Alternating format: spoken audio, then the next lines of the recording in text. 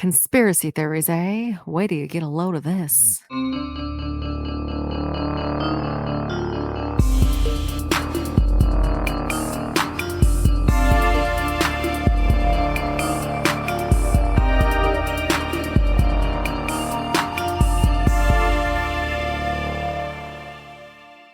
Hello, and welcome to Cracked Sisters Conspiracies. We're a podcast that covers conspiracy theories, mysteries, and all of our spooky shit. My name is Jackie. And I'm Cassandra.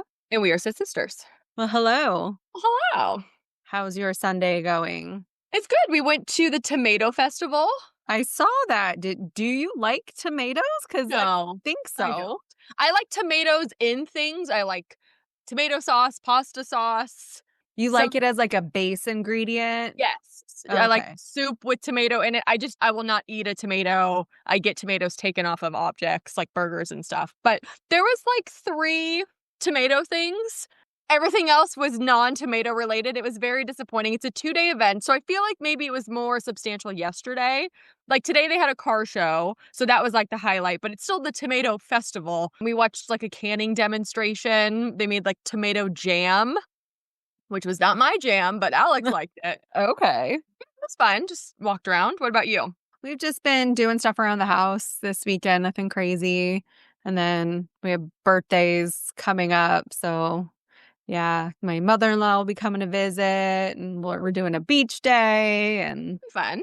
then Evan, he gets the short end of the stick as always because his birthday is a week from Monday. So yeah, what is he doing or planning for his birthday? Anything? nothing. No. How old is he turning? Like 100? He is going to be 43.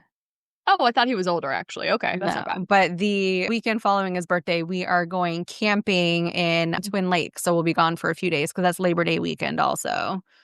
Oh, okay, there you go. Yeah, but yeah, that's about it. Just Grayson's back to school.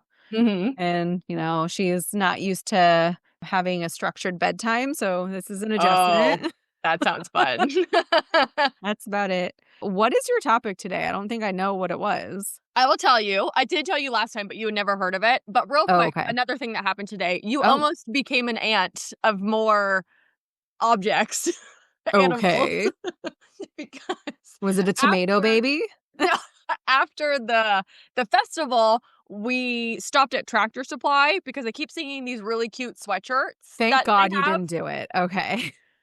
Well, and so we went there, and I walk in, and we're looking through the clothes, and I hear the chirp, chirp, chirp, chirp. I'm like, yes. they have chicks. So we went over there, and Alex doesn't want chicks. He wants ducks. Yes. So he's like, if they have ducks, we will buy a duck. And it's a 2-duck minimum. But he got very lucky because they were out of ducks, and she did not know when they were going to be back in stock. Oh my God. Evan and I on a date night went to Tractor Supply in Moore Park, and they had ducks, geese, chicks, they had so many quail. I wanted to bring them all home. They're so cute and adorable. And then we went to Teresa's yesterday, and they had kittens. Oh, and God. I know. All 3 of us were like, oh, no kittens. No. No, definitely not. Take care of a kitten when we're in Japan. So I know. Yeah, I got a little book on raising ducks. So the next time they're in stock, I will My God, don't do it. My HOA will kick me out. They already hate us. You tell me your topic. I am drinking a Cutwater Long Island iced tea. Everyone loves Cutwater. I got the 4-pack because they were $10 at the store. Okay. But it's got a lot of alcohol. Oh, okay. Like one of them, and you're like, oh boy, it's got multiple shots in one can. Oh, what number drink are you on? This is my first one because we just got back from running errands. But it's vodka, rum, gin, and tequila, and it's 13%. Oh my gosh. Well, it's a Long Island, right? What was that? It's a Long Island? This one's the Long Island, yeah.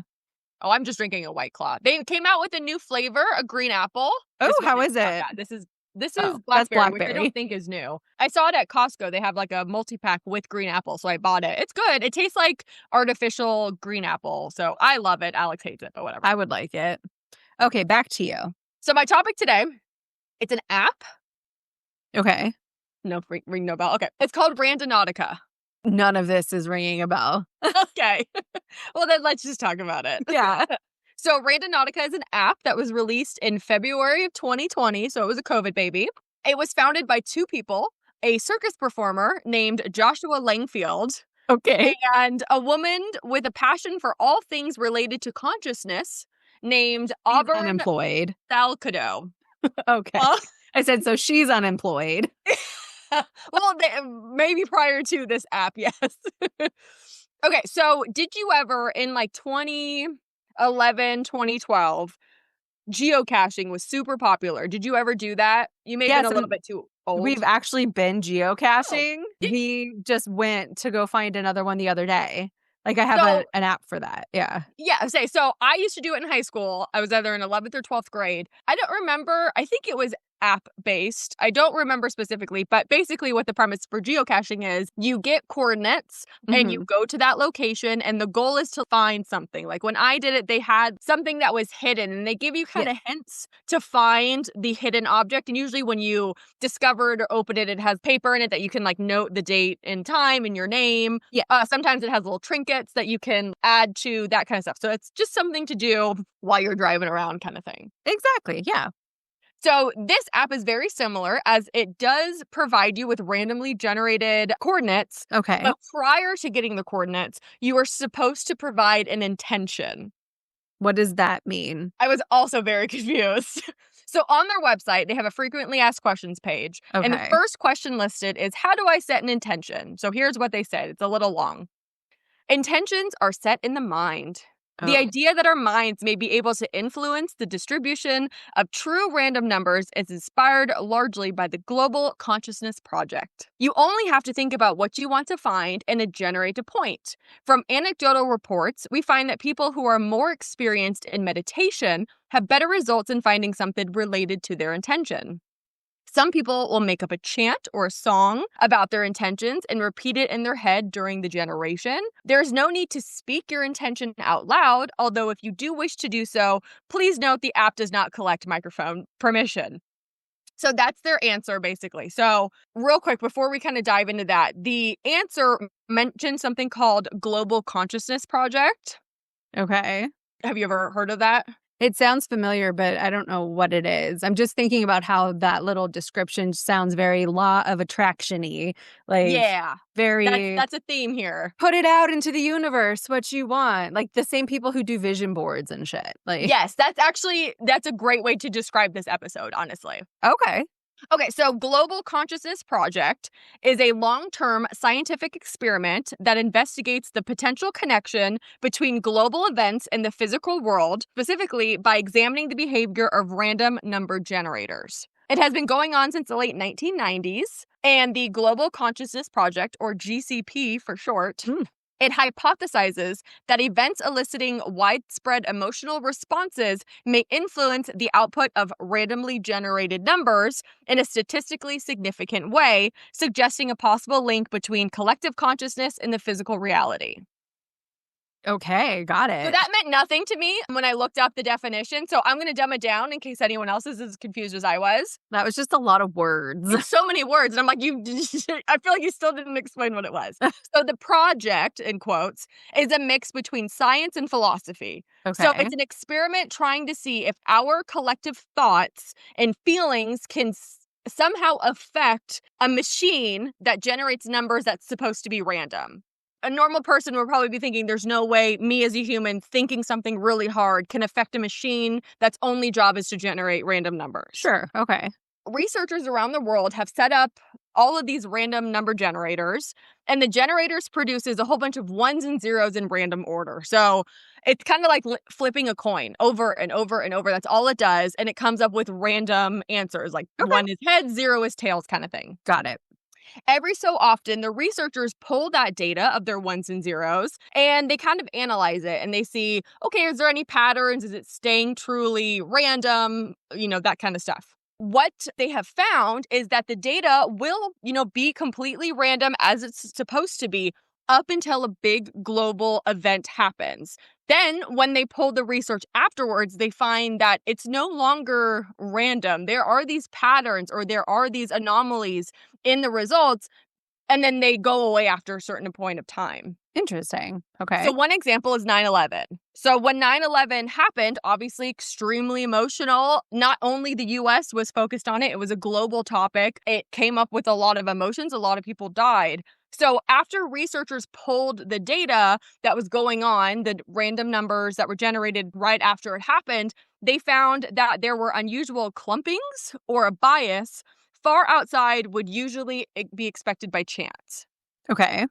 So the idea is that the collective human focus may create subtle global effects that can be measured in physical non-human systems. Sure. Okay, so back to this app. Like we're all just feeling the same thing and it's channeling that energy and Yes. beaming it towards this Yes, we are thing. thinking so freaking hard that it is literally affecting machines that are around us. And Got then once it. we Okay. stop thinking so hard, it goes back to normal. Sure. So how does this app work, you may be asking Yes. yourself?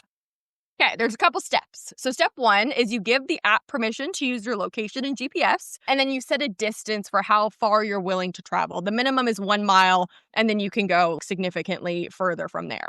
Step 2 is to select some modes. So there's 3 modes that you can select. There's an attractor. So that is the location the app tags as noteworthy or like a dense area. Okay. There is a void, which the location is like there's literally nothing there, it's just a random spot. Or there's an anomaly, which is a spot that stands out as an unusual occurrence within the random data. So once you figure out what type of mode you're going to get, then you need to set your intention. So this is something that you intend to find. So some Okay. examples could be, I want to find something orange. I want to find something that makes me happy. I want to find treasure. I want to something find like a backpack full of unmarked bills. Yeah, exactly. Some monetary shit. So once you have your intention, you kind of think about it pretty significantly. Okay. And then when you're ready, you hit go and it will randomly generate some coordinates for you. It's supposed to, in theory, link with your mind and, give you a location that will have what your intention was. So I downloaded the app yesterday because I had nothing to do. And I'm like, I would be a pretty shitty researcher if I didn't at least try this app. Do it. So I downloaded it. I set it for a 1 mile radius because I'm like, I'm going to go on a bike ride. Let's see where it takes me. Yeah. And my intention was rainbow. I wanted to find something that was rainbow because it's something that I could pretty naturally find, but it's not something that's so obvious I'm going to see it everywhere I look. And it's not necessarily meaning a rainbow in the sky. It could be No, rainbow it could be a flag, anything. Could be a bumper sticker. It could be literally anything that is multicolored. Yeah, not just necessarily a rainbow in the sky. Okay. So yeah, it's not super specific. Got it. Okay. Yeah. So I hopped on my bike and I went to the coordinates, or as close as I could to the coordinates, because it's widely known that the app likes to send you to private property a lot. Oh.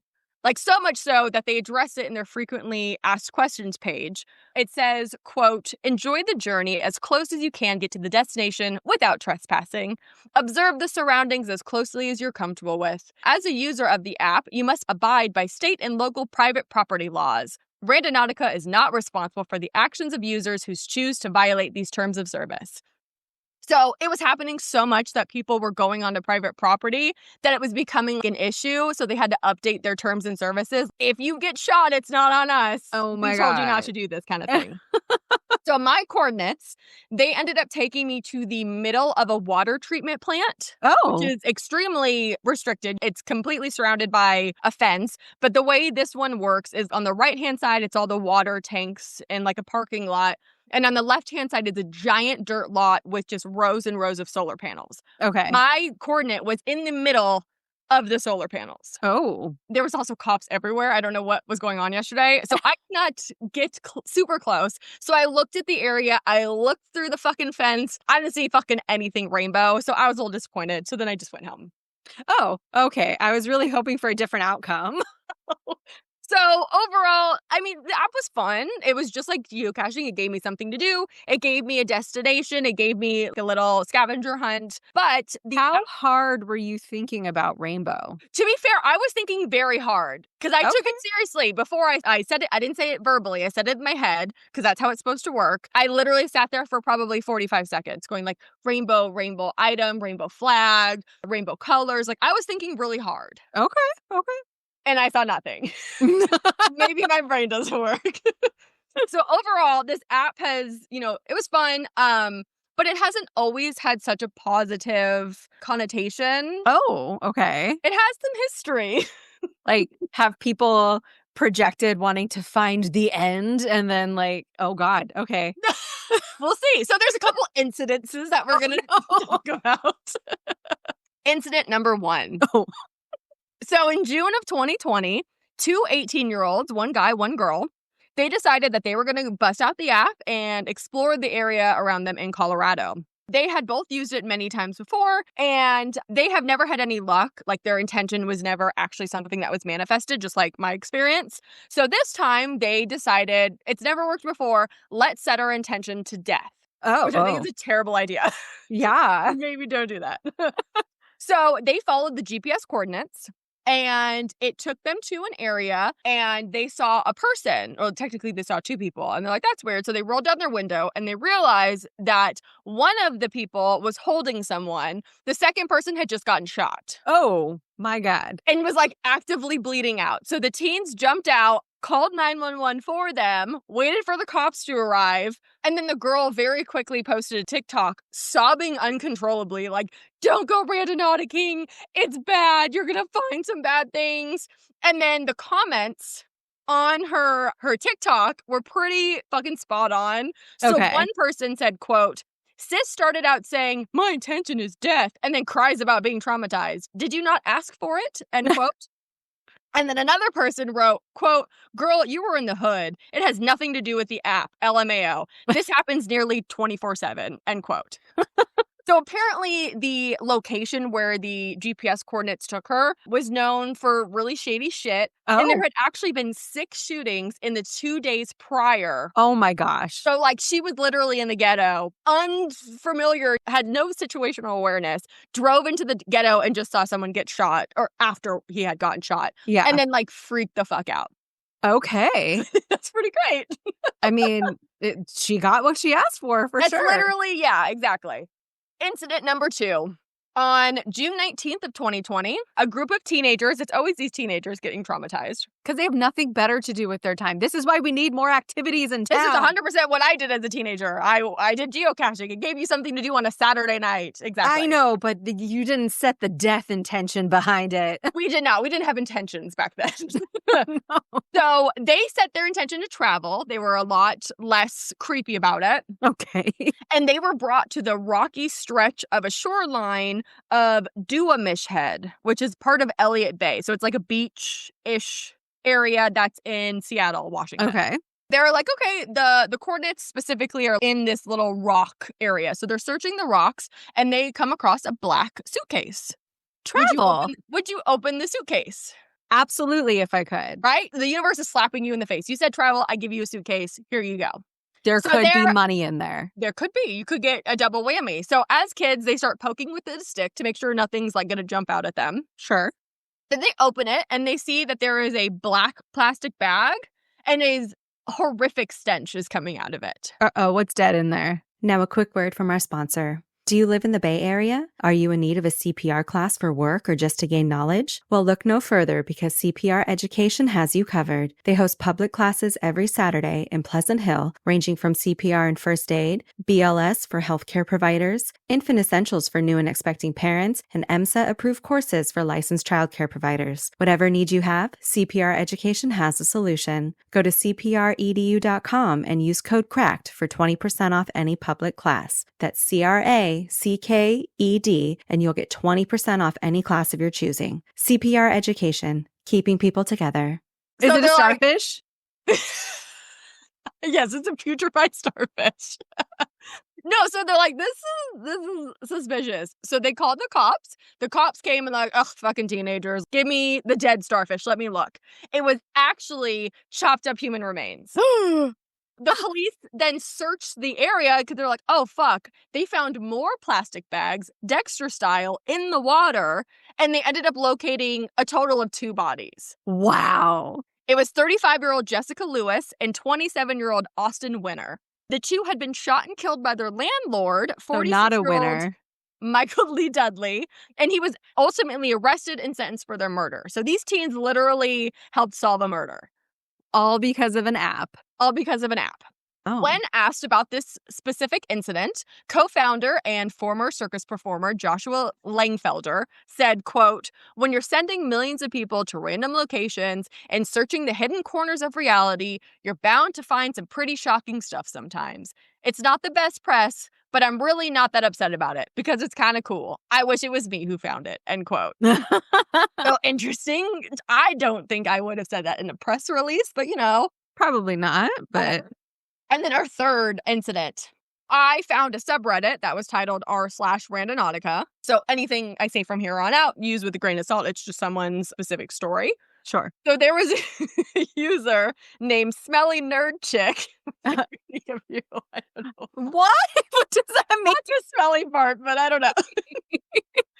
And she posted a story explaining that she and her boyfriend had downloaded the app in November of 2020. They sent their intention to Creepy, which took everything in me not to do yesterday. And they followed the coordinates. It took them to a small bunch of trees kind of behind like newer housing development. Okay. So they got out, they started exploring, trying to get to the specific location, but the brush was really, really thick. So they're like, this is fucking stupid. So they turned around and they left. About 1 year later, so in November of 2021, Smelly Nerd Chick is scrolling through Facebook and she found a post about how remains of a 19-year-old named Candace Fitzpatrick had been found. Candace had gone missing in March of 2008 from Oshawa, Ontario, and no one had been able to find her. Okay. Smelly Nerd Chick was actually really familiar with this missing girl because she lived in the same town. It was, very sensationalized when it happened. Got it. Because of this, she obviously hyperfixated on it and she was digging into it and she was able to find on Google Maps where the body of her was located. And wouldn't you know it, it was in the same exact dense brush that her Randonautica app had taken her to 1 year prior. Crazy. So she was freaking out and she's like, oh my God, we have not used this app since. There are some conspiracies going around regarding this app. Yeah. Per usual, the first one is the government. I don't think I've ever not said that.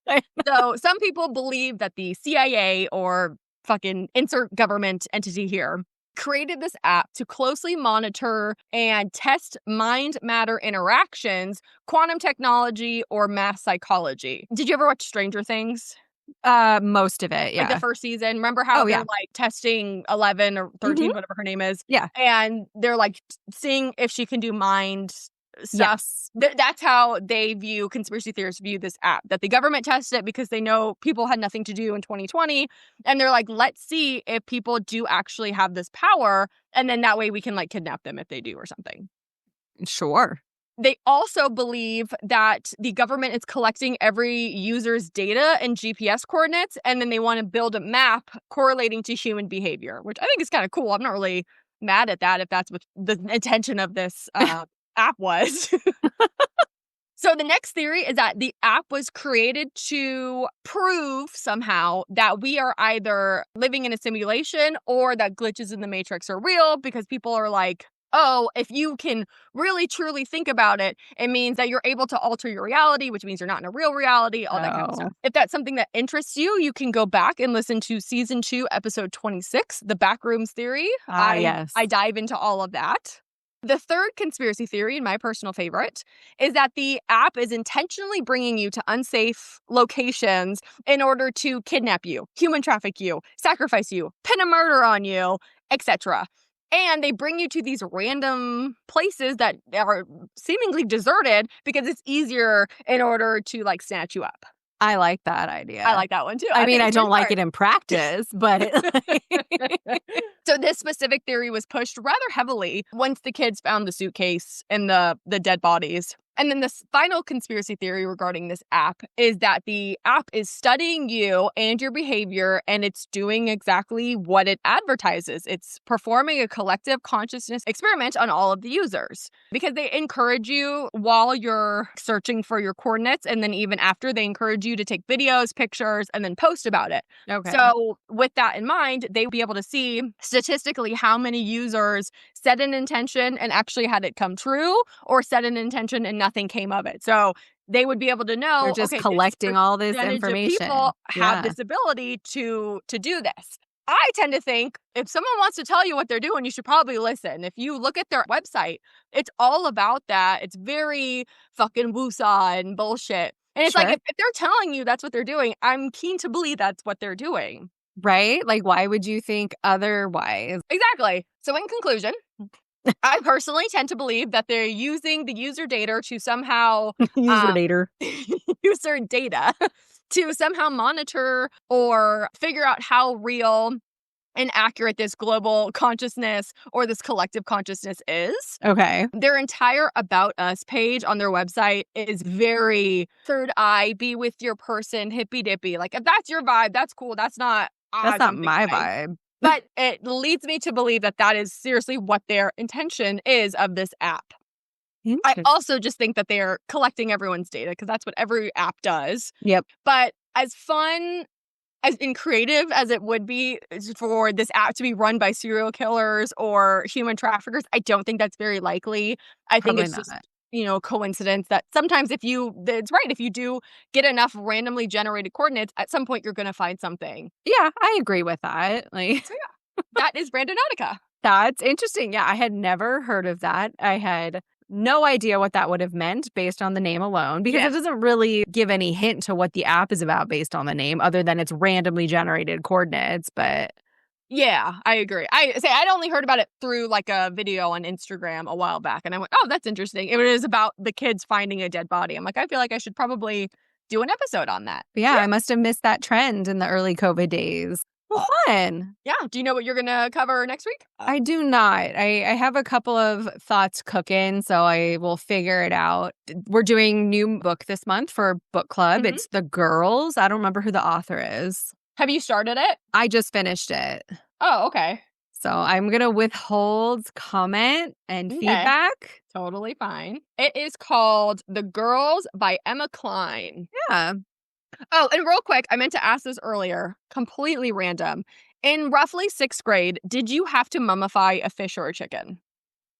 I kind of remember having to do something when we did our Egypt studying, or that like section in social studies or whatever. Yeah, that sounds familiar. I said this to Alex, and he looked at me like I had 7 heads. And he's like, what school district were you in where they are having you mummify a literal fish or chicken? I'm like, I don't know, man, but it was stinky. And I just wanted to know if I was the only one who had that experience. Yeah, no, I remember having to do some weird ass shit. So that sounded very familiar. Cool. But yeah, so I will figure out what my next topic is going to be. But in the meantime, we are always looking for new suggestions and feedback. So feel free to find us on our various social media platforms, or you can send us a good old fashioned email at crackssistersconspiracies@gmail.com. But with that, I'm going to say stay cracked, y'all. And have a great day.